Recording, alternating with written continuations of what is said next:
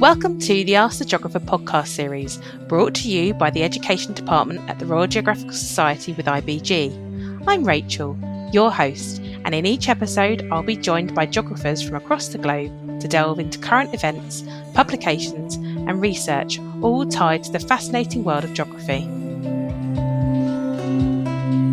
Today we're diving into the fascinating research method that connects geography with the power of storytelling: oral history interviews. More specifically, we'll be reflecting on the use of oral history interviews as a tool within geography projects and exploring the unique insights gained from interviewing environmental activists. These conversations offer a window into the lived experiences of those working on the front lines of environmental change, stories that might otherwise remain untold. I'm delighted to be joined by Dr. Toby Butler and Dr. Saskia Papadakis, who are part of the team behind the oral history of the environmental movement project for the Department of Geography at Royal Holloway University of London. Saskia, Toby, welcome to the podcast. Hi. So much for having us. For those of us that don't know, what are oral history interviews and why are they valuable for geographical research? So oral histories is an interview technique that focuses on people's experiences, usually either of a particular event or place. So you might do an oral history of a community garden, you could do an oral history of a school, you could do an oral history of an event that happened, like, say, the London Olympics 2012, do an oral history of that. Or in our project, what we're doing are life story oral histories. So going through someone's life, kind of from their parents and their childhood right up to the present day, and the work that they've done, but also their family relationships, their personal relationships, and life story narratives, and even specific oral histories of a particular event or place are a really nice way of talking about how people understand places in their lives. And it also brings in the element of time. So like when we're talking about geographical understandings, we're often talking about a particular place and time. And obviously people's lives, they're telling you about what the world was like when they were growing up and how they experienced it. And that can really add to our understandings of what particular places were like in the past and how people imagine them in the present now. It's a really rich way, a really detailed way of thinking about how people interact with their environments in different kind of cultural and geographical contexts.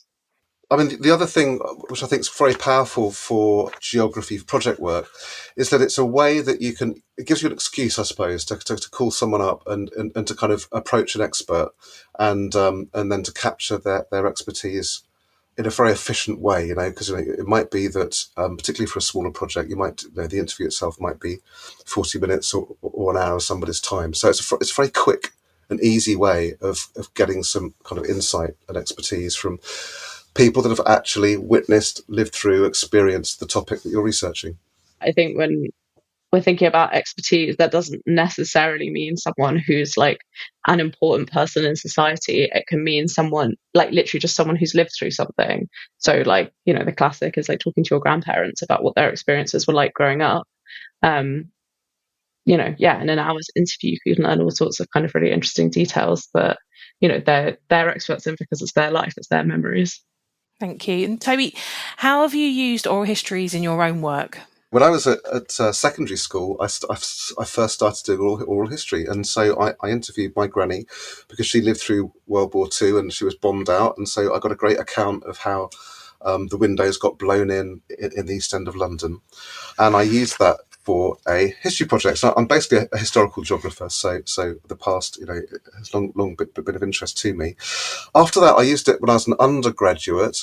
And I went to Kansas University in America for an exchange year.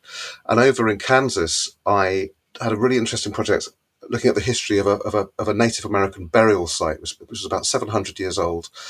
And at the time, there had been a lot of political activity around what to do with this site. So that the archaeologists wanted to dig it up and turn it into a big visitor centre. But the local Native American tribes who were related to the people that were buried there thought that was absolutely horrific. And so I interviewed the archaeologists and I interviewed the Native Americans about what they thought about this particular site and place. And that was amazing because it gave me this kind of perspective of two really completely oppositional groups. And the other wonderful thing which happened was that one of the interviews I did was with a chap called Dan Wildcat. And he was a lecturer at an Indian junior college, as it was called in those days, who had been very involved in the political resistance really against this big project. And at the end of the interview, he said, well, look, I've actually got a filing cabinet in the corner here. I've got hundreds of articles and papers and letters. I can't let you have them, but if you like, I'll give you the bundle and you can go and sit in my office and you can just photocopy what you want. And so what I got was pretty much the entire kind of archive of this movement, which was enough for me to write my dissertation and more. And so it was just the most incredible kind of piece of luck. And then that happened again, in fact, several times through my academic career.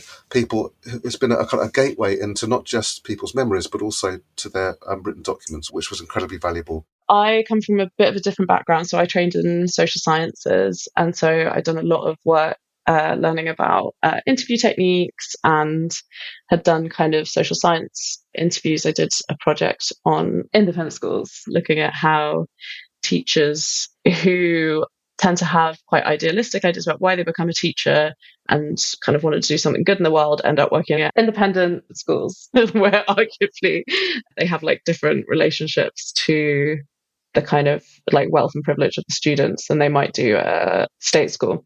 So that was really interesting. But then my PhD, I was introduced to oral history, really luckily, to be honest, and did oral histories with people from the north of England who live in London, because I was looking at the English north-south divide.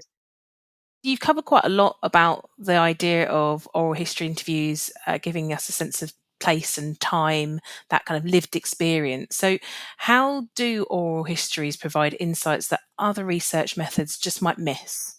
From a kind of historical perspective, you can include people in oral history who wouldn't necessarily be in kind of the written record.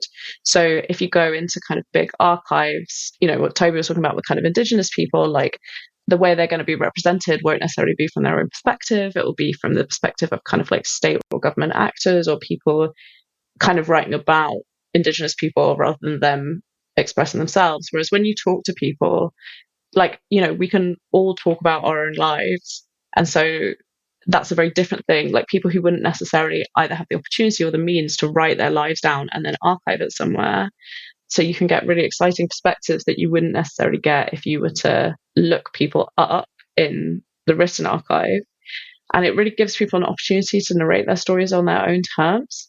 So because we live in a culture where we give a lot more value to things that are written down than to people speaking. So if someone's written a book, you think like, oh, wow, they've written a book. Whereas if you had someone talking about their life, that's not seen as valuable. And that's like a very kind of thing that's specific to our culture. That's definitely not the case in lots of different cultures. And I think what's really brilliant about that kind of storytelling and letting people tell their own stories is you're really not trying to get an objective truth. Not to say that books contain objective truth, but I think it's like a different way of thinking about the world. Of course, someone can tell you, oh yeah, I was in the Second World War and I was bombed and I lived in this street and this house, and you can go and look up in a historical record like, okay, that street was bombed and like, these things corroborate and we can trace that person to that time. But actually what we're not really interested in necessarily that objective truth. What we're interested in is like, well, what did that mean to that person? Like, what did it feel like when the windows blew in? What did it feel like when they had to leave their home? You really don't get that necessarily without listening to the people who were there. So I think that's what's really exciting about oral history. Toby, I don't know if you have anything to add to that. Well, I think that's a really great example, Saskia. And the great thing is they can talk back. So, I mean, you could read an account, let's say, of someone being bombed in the war, but when they're in front of you, you can ask them anything you want, and that is incredible. So it's, for historians, it's extraordinary because they can give you perspective or question things, question assumptions, perhaps that you might have, and I think that's really valuable. And the other nice thing I think is that it's usually intergenerational. So not always the case, but it tends to be younger people talking to older people.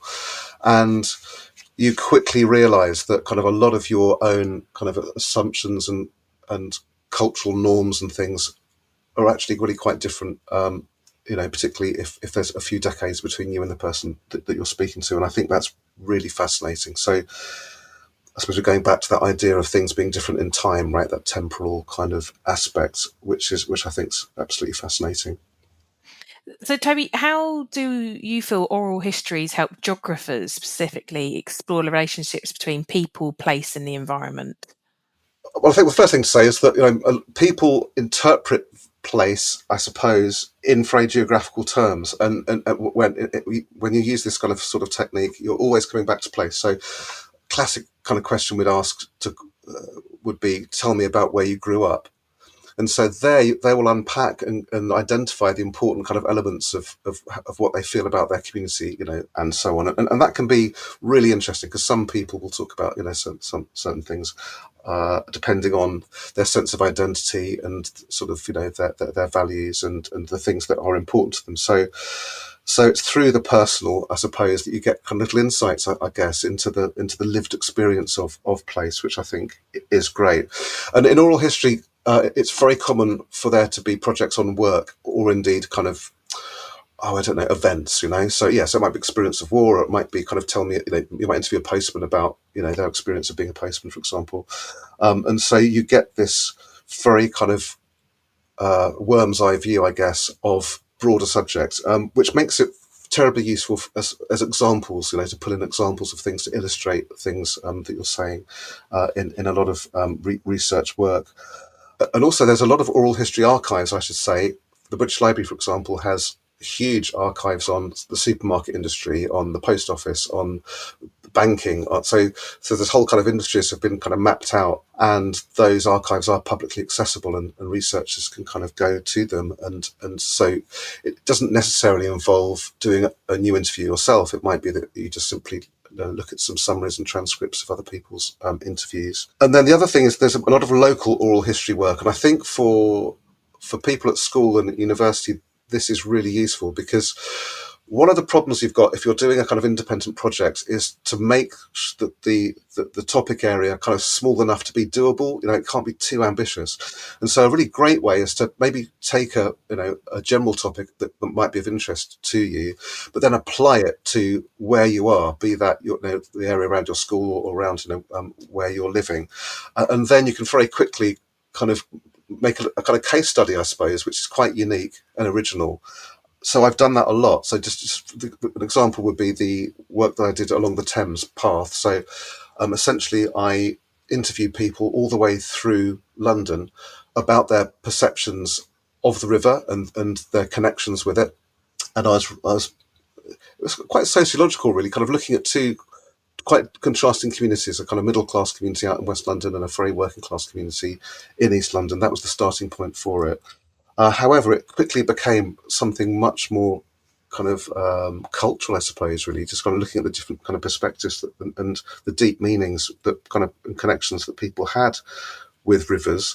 And out of that work, I created an oral history trail. So you would download this onto a smartphone. It's called Memoryscape, and it's still, in fact, the website's still alive if anyone wants to try it. So you download these excerpts or memories of the River Thames, and as you walk along the river, you hear them, and it was really exciting because I kind of played these to quite a lot of younger people, sort of students particularly, and they loved hearing stories about place. It gave them a sense of connection to an area perhaps that they didn't know very well. It gave them a sense of connection to people who were very different from them, very culturally different, very, very different kind of age-wise. So it's quite a lovely process, I suppose, of storytelling, I guess, which relates to place.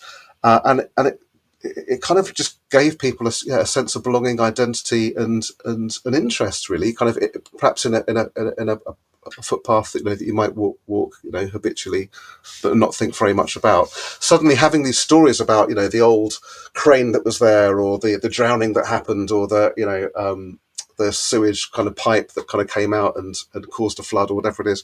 Suddenly, it's a way of kind of populating landscape in a really, really interesting way. So I've always been fascinated by it. One of the students said it was a little bit like having 10 or 12 grannies or granddads with you, telling you stories wherever you go, you know? So, Saskia, your work's been on gathering oral histories on a number of environmental activists. So, why do you think environmental activists are such a compelling group to interview for geographical projects? There is something absolutely brilliant about listening to someone who is obsessed with something so inherently geographical.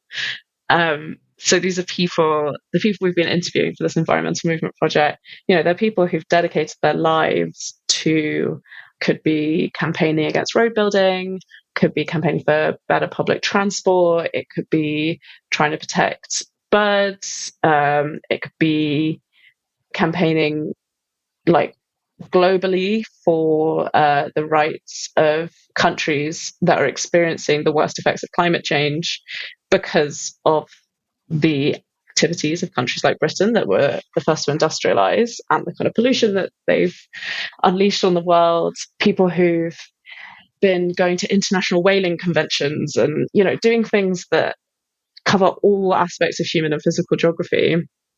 And absolutely passionate about it, and it's just really, really exciting to talk to them because the way they might understand place and the connection between what we understand as the natural environment and what we understand as kind of like human-made environments, and the interaction between those, and also the relationships between people as they kind of debate those problems. And yeah, just like there's the campaigning aspects, and then there's the kind of, the years of kind of grunt work that's gone into these campaigns and problems, and how the kind of interweaving of their personal relationships to place and what they campaign and talk about. It's just really inspiring. And like, as someone who's dedicated my life to doing a lot of research, like I kind of understand that kind of real, like, obsessive connection with, okay, well, like, here's a problem, here's a geographical problem. What does it mean that the numbers of birds in my local nature reserve are disappearing? And then thinking about, like, okay, well, that spreads. Okay, so we're thinking about this one species of bird. What does that bird eat? Like, this is so not my area, but like, I've spent so long talking to these people, what does that bird eat? Okay, well, what are the pesticides that are affecting the particular insects that the bird eats? How does that pesticide get spread? Why is it being used? So, going from like something that seems like quite a specific local problem and then following those threads outwards into something that, quite quickly becomes like a global issue of like, how do we grow our food? And how, like, what do we do to the land on which we grow our food, and who owns that land, and how is it run, and how do our governments work, and how do international treaties work? These things are they are just so compelling. And I really can't get enough of it. It's been an absolute brilliant experience talking to these people. I suppose I came into this project thinking that it would mostly be about campaigners and campaigning and kind of, the Greenpeace activists on the oil rigs. But as Saskia says, that very quickly, when you start to pick away at it, you understand that actually that's only, a small part of the movement, and the campaigning is important, and that will kind of prick people's consciousness. But on the back of that has to come kind of quite careful and long, protracted, year-long campaigns to change policy and to change legislation, which is really the only way that we can ever kind of enforce kind of change on a society in political terms.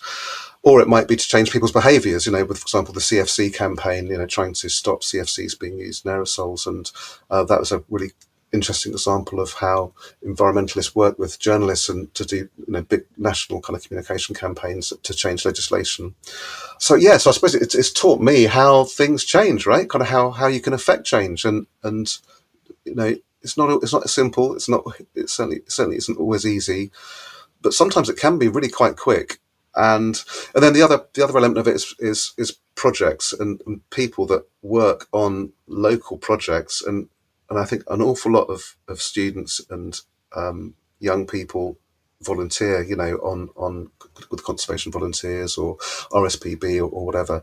And that's another really fascinating area of work, because that's where you can practically make a difference, right? So it's not just changing a bit of writing on a law. It's literally building something or creating something or saving something, which could have a massive impact on people around you. And just kind of being part of that group, of a group of people that feel the same way about something, and I think that's very interesting, powerful element.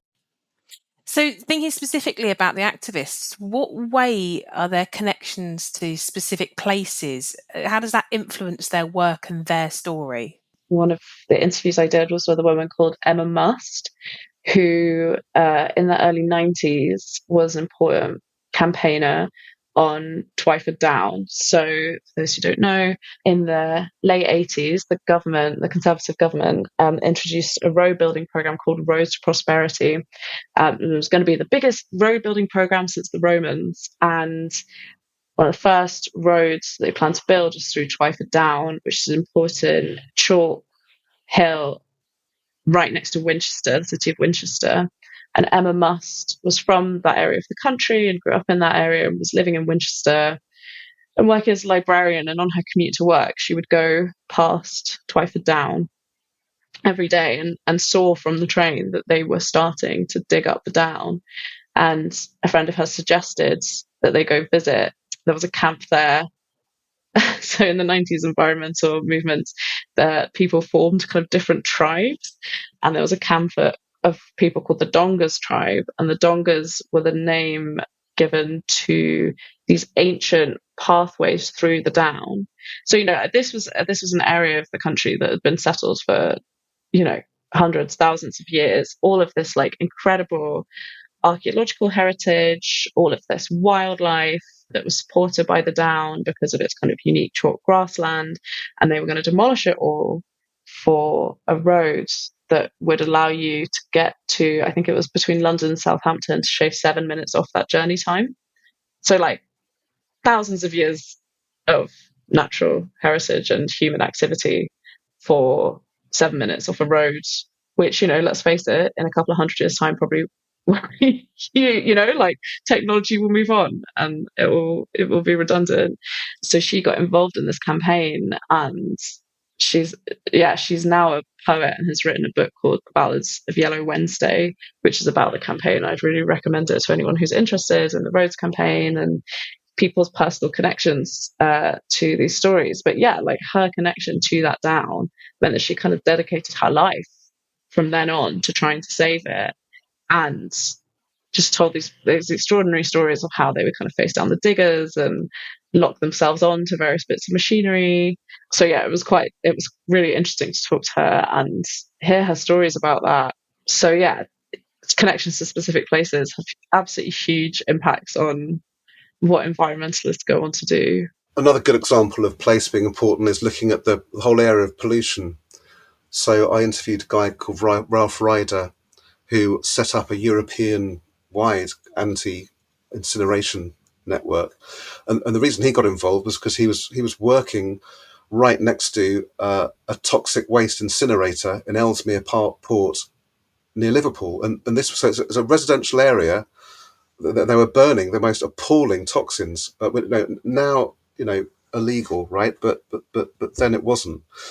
And so I think a lot of the kind of the so-called red tape, or the kind of the safety kind of laws and legislation around today, you just got to kind of remember that a lot of it has actually come about through decades of people just trying to make places safer for themselves and their children. Because the reason that kind of people were so concerned was because the amounts of the cancer rates, and the early rates that people were getting appalling diseases were just kind of off the scale. But it took some time, I think, for the pressure to build on the politicians to do something about it. Thank you. I think it's been very clear with our listeners that you both have extreme passion for this project.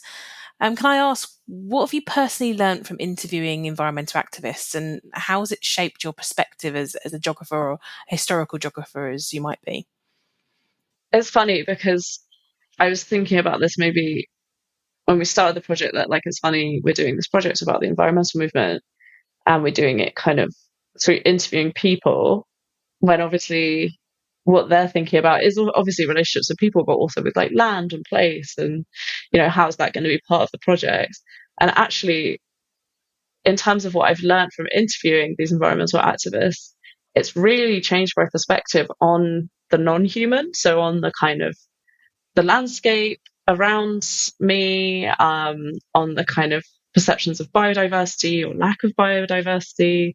For example, I live in northeast London. I can see Epping Forest from my window where I'm recording this, and I live right next to the Walthamstow wetlands, which is the largest urban wetlands area in Europe.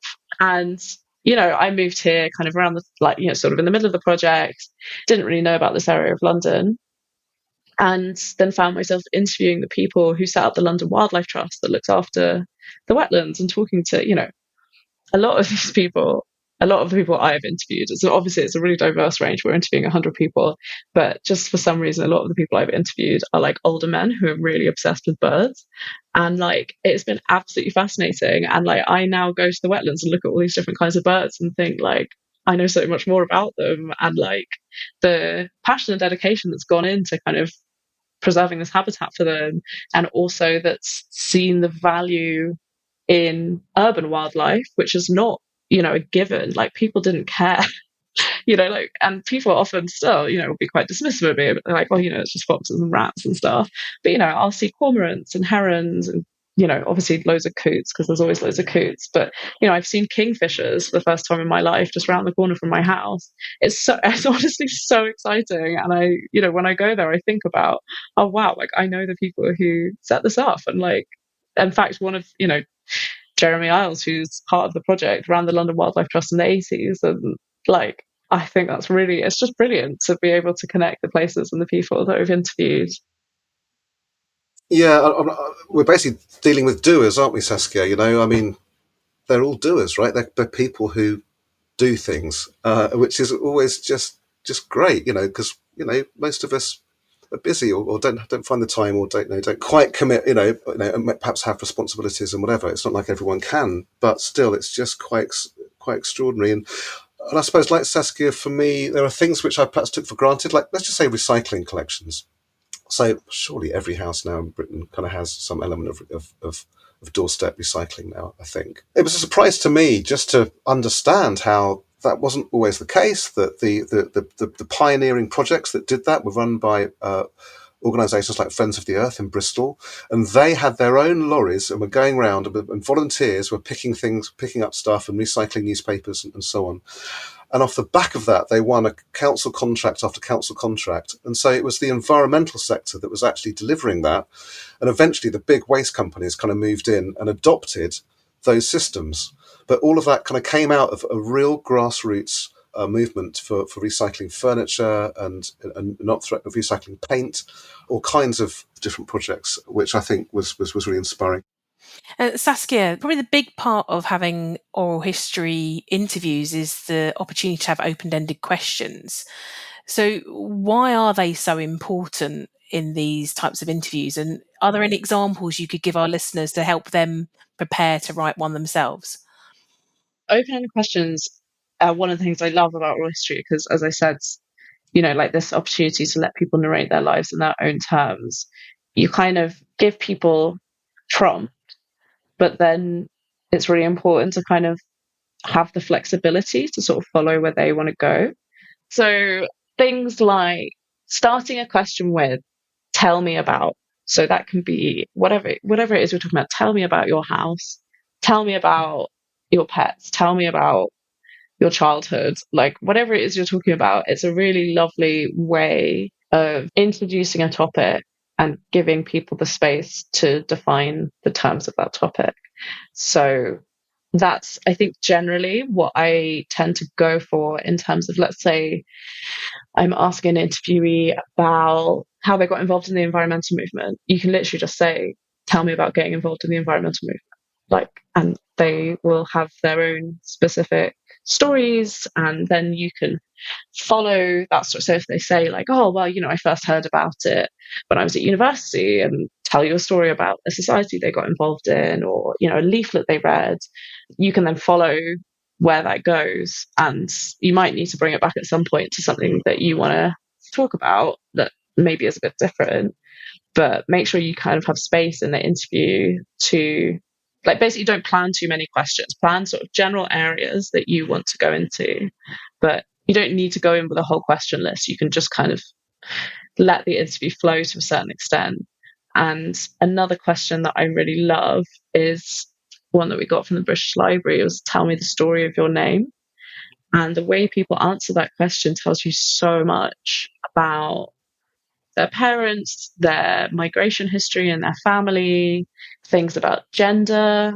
So if women usually, or men, have changed their surname when they got married, or if which parent gave them their surname, it will tell you about, the languages they spoke at home. So if a name comes from a particular language that one or both of their parents spoke. So one interview we spoke to is a guy called Santi Boyd, who was part of the school climate strikes in Edinburgh. And so it was 19, it was the youngest person who we did an oral history with. Really, really interesting experiences of kind of organising as quite a young teenager. And when I asked him about the story of his name, there were things in there about how his parents, one was Scottish, one was English, about why his parents chose his first name, or it was about how he ended up, his name's Alexander, and how he ended up with the name Sandy. It's just, I think it's a really brilliant way of like getting to know things about someone. And another really brilliant question is just, how did it feel?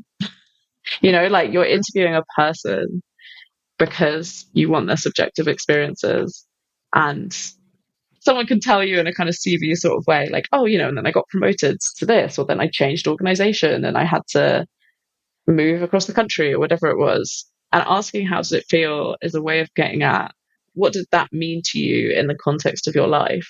And finally, Toby, I think you both have actually very much talked about how these interviews have actually affected you in taking action and being more aware of your local environment and environmental movement as a whole. How do you think listening to personal narratives inspires more people to take action on environmental and social issues? Well, I think, given what I imagine the kind of age group of the people that might be listening to this particular set of interviews, I think is fascinating because we ask them about their teenage years, and their entry into the world of work, and or their first ever encounter with the environmental movement and so on. So you just get kind of lots of different ways through and in, which I think is really interesting. So a lot of our interviewees travels, right, and some did voluntary service overseas and had their first encounters then with kind of extreme social deprivation, for example, or being aware of kind of agricultural issues or whatever it is. And so also volunteering is an extremely common way that people kind of get involved in the movement. And that can kind of go from, from being a part of marches and campaigns, but also all those local projects, nature reserves or recycling schemes or whatever. I mean, an awful lot of people started out literally knocking on the door of a charity saying, right, I can be here every Friday. What do you want me to do? And these days, most charities actually have, quite accessible volunteer schemes, whereby, it's a bit more organised than perhaps it was back in the 1970s when you'd literally knock on the door. But still, that's still a great way in. People's persistence as well. I spoke to one interviewee who just kind of kept ringing. I think he was trying to get onto a course. It was like an environmental course that was very, very oversubscribed, and he just kind of rang, and they got so fed up with him. They just kind of basically said, look, just okay, I give up. You've got a place. And so sometimes it's just kind of massive tenacity.